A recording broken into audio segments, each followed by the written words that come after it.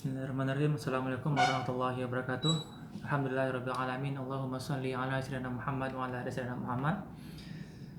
Baik, kita kembali memasuki perkuliahan kita tatap muka yang ketiga ya. Dalam mata kuliah Hukum tentang Pemerintahan. Menyambung materi kuliah kita sebelumnya terkait dengan istilah, pengertian dan ruang lingkup dari tata pemerintahan. Sekarang kita masuk kepada bagaimana sih prinsip yang dikaji dalam tata pemerintahan itu. Yang pertama kita mengambil prinsip good governance. Nah, karena dia terkait dengan pemerintahan atau pemerintahan yang baik seperti apa.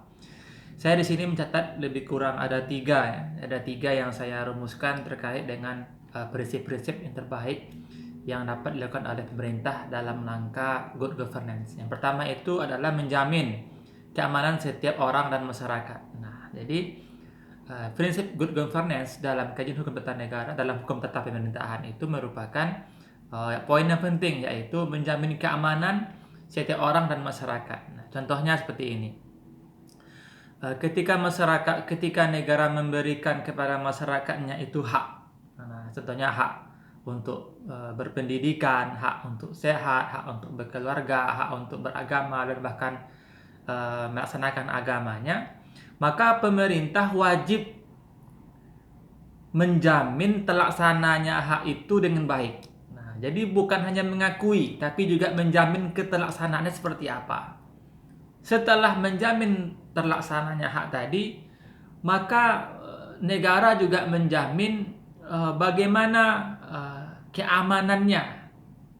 Jadi bukan hanya mengakui, tapi ketika hak itu dilaksanakan, negara menjamin pelaksanaannya seperti apa. Nah, seperti itu. Jadi bukan hanya mengakui di perundang-undangan saja, tidak, tapi nanti bisa diaplikasikan bagaimana penjagaan keamanannya seperti apa. Kalau hak dalam kesehatan, maka dijamin kesehatannya itu bukan hanya pengakuan, tapi juga sebentuk program-program dari pemerintah, seperti contohnya obat gratis seperti itu. Itu harus ada sebenarnya. Dan juga yang hari-hari ini yang lagi viral-viral itu pengakuan terkait dengan keberadaan agama, maka negara melindungi agama, menjaga masjid ya, menjaga musola, menjaga tempat pengajian atau yang lain sebagainya, karena prinsip kita bukan hanya pengakuan tapi juga penjagaan. Nah, itulah salah satu konsep dari good governance. Nah, penjagaan ini dilakukan oleh pemerintah itu bukan terkait dengan kelembagaannya saja, tapi juga per individu, setiap orang masyarakat tanpa terkecuali. Nah, seperti itu. Apakah dia orang biasa atau dia orang yang berpejabat tinggi atau seperti apa. Nah, itu yang pertama. Jadi poin yang pertama dalam prinsip good governance dalam hukum tata pemerintahan itu adalah menjamin keamanan setiap orang, individu ya, dan masyarakat. Ini bisa menjadi orang atau sebagai macamnya. Lalu yang kedua yang saya catat di sini adalah prinsip dari good governance itu mengelola suatu struktur yang efektif untuk sektor publik, sektor swasta, dan sektor masyarakat. Nah, jadi pemerintahan, baik itu pusat ataupun daerah, tidak diberikan atau tidak diharapkan berlepas tangan pengelolaan terkait dengan sektor-sektor yang ada, entah itu sektor swasta, entah itu sektor masyarakat atau publik ya, seperti itu ya. Jadi harus ada di sana kontrol dari negara. Contohnya pembukaan lahan oleh perusahaan harus dikontrol oleh negara.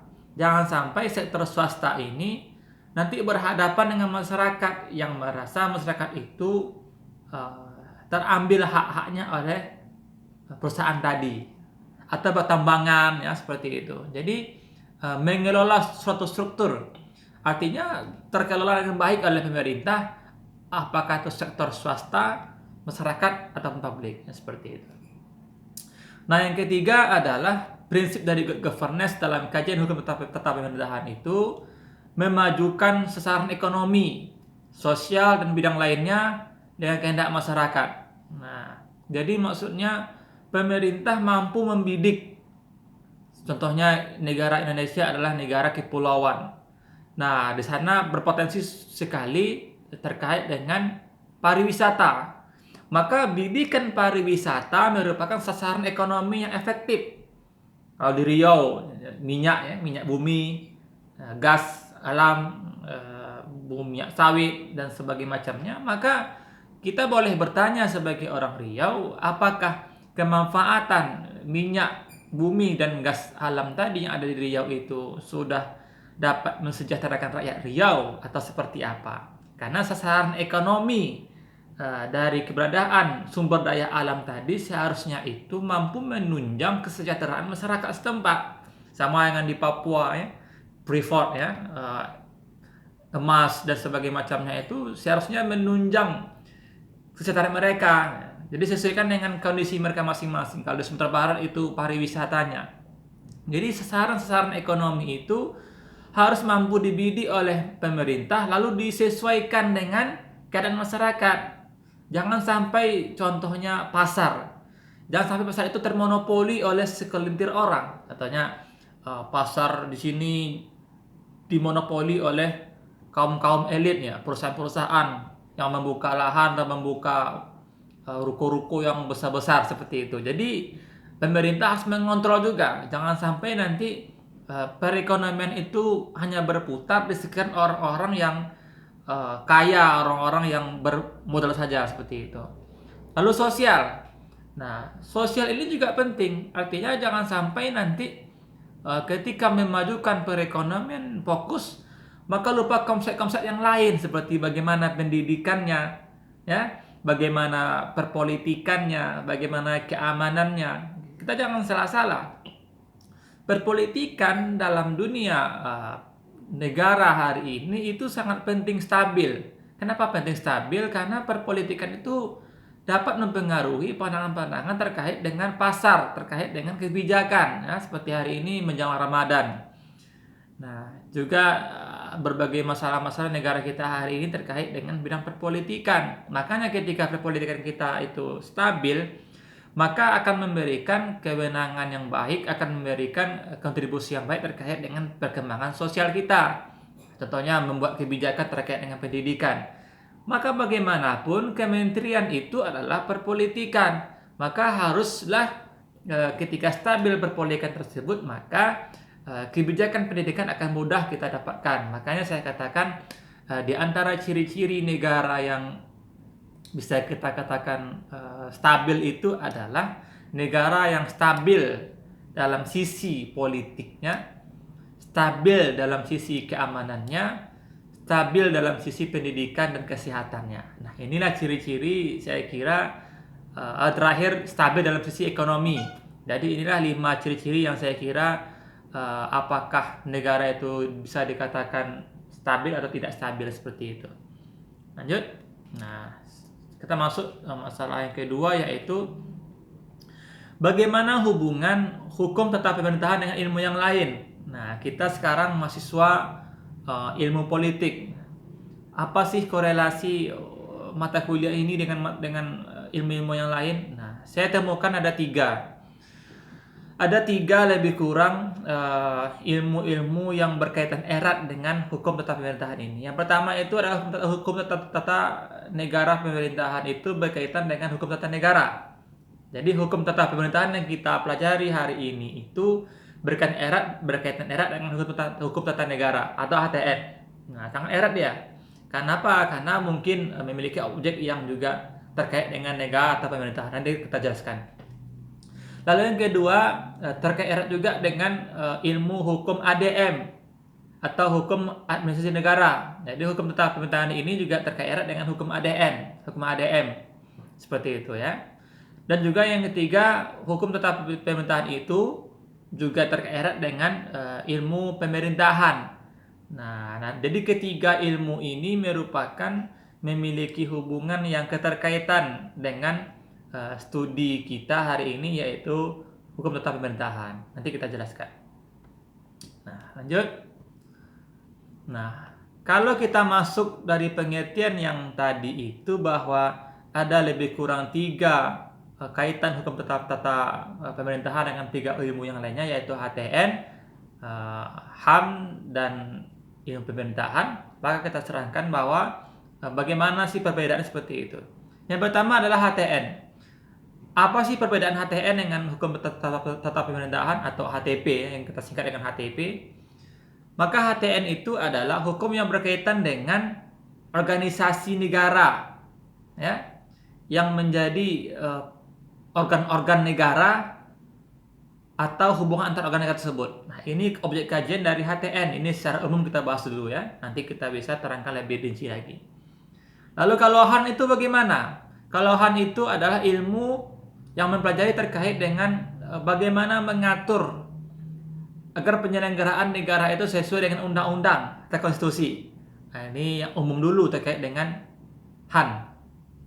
Lalu yang ketiga, ilmu pemerintahan, yaitu ilmu yang mempelajari bagaimana melaksanakan pengurusan seperti eksekutif atau legislatif, atau bagaimana pula pelaksanaan pengurusan, bagaimana hubungan yang baik antara pemerintah pusat dan daerah dan masyarakat. Nah, ini terkait dengan ilmu pemerintahan.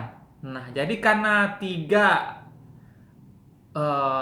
ilmu tadi itu masih berkutat pada pemerintah dan pemerintahan dan dalam negara, maka masih bersinggungan ilmu yang tiga ini dengan mata kuliah kita, yaitu hukum tata pemerintahan. Jadi inilah yang saya dapatkan, yang saya terangkan bahwa ada lebih kurang tiga ilmu yang berdekatan kajiannya dengan hukum tata pemerintahan, yaitu hukum tata negara, hukum administrasi negara, lalu yang ketiga hukum ilmu pemerintahan yang ketiga.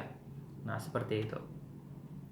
Nah, lanjut terakhir, ini kita terakhir ya untuk sesi kita hari ini. Nah, lalu bagaimana keberadaan hukum tata pemerintahan dalam ilmu hukum?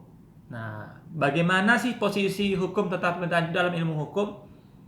Saya mengambil salah seorang dari guru besar ya, Profesor Aminuddin Ilmar. Ya, kata beliau juga menuliskan dalam bukunya bahwa hukum tata pemerintahan itu secara garis besar dapat digolongkan dalam subbagian atau dalam bagian dari hukum HAN. Seperti itu. Kenapa dapat dianggap seperti itu? Karena dalam arti luas HAN itu terkait dengan hukum publik yang berkenaan dengan pengaturan atau penyelenggaraan pemerintahan.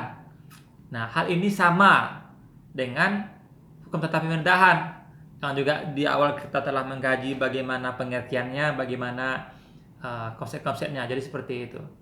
Jadi objek utama dari kajian hukum tata pemerintahan itu ialah pemerintah dan pemerintahan, yakni tidak hanya organ pemerintah atau badan pemerintahan, tetapi juga berkenaan dengan fungsi dari pemerintahan tersebut. Artinya bahwa kita dapati ada kemiripan antara kajian dari hukum tata pemerintahan dengan HAN.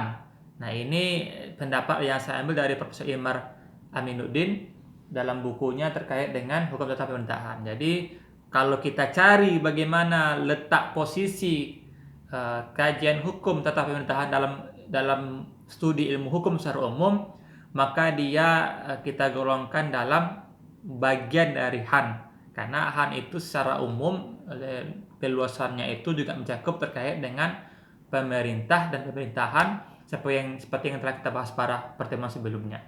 Jadi saya kira inilah materi kuliah kita pada pertemuan yang berbahagia hari ini. Terima kasih atas segala perhatian. Untuk kalian semua yang berada di rumah atau berada di mana pun berada, tetap jaga kesehatan. Jadilah orang yang bermanfaat untuk negara, untuk agama, untuk masyarakat. Terima kasih atas segala perhatian. Saya akhiri, minta maaf atas kekurangan. Saya akhiri dengan wassalamualaikum warahmatullahi wabarakatuh.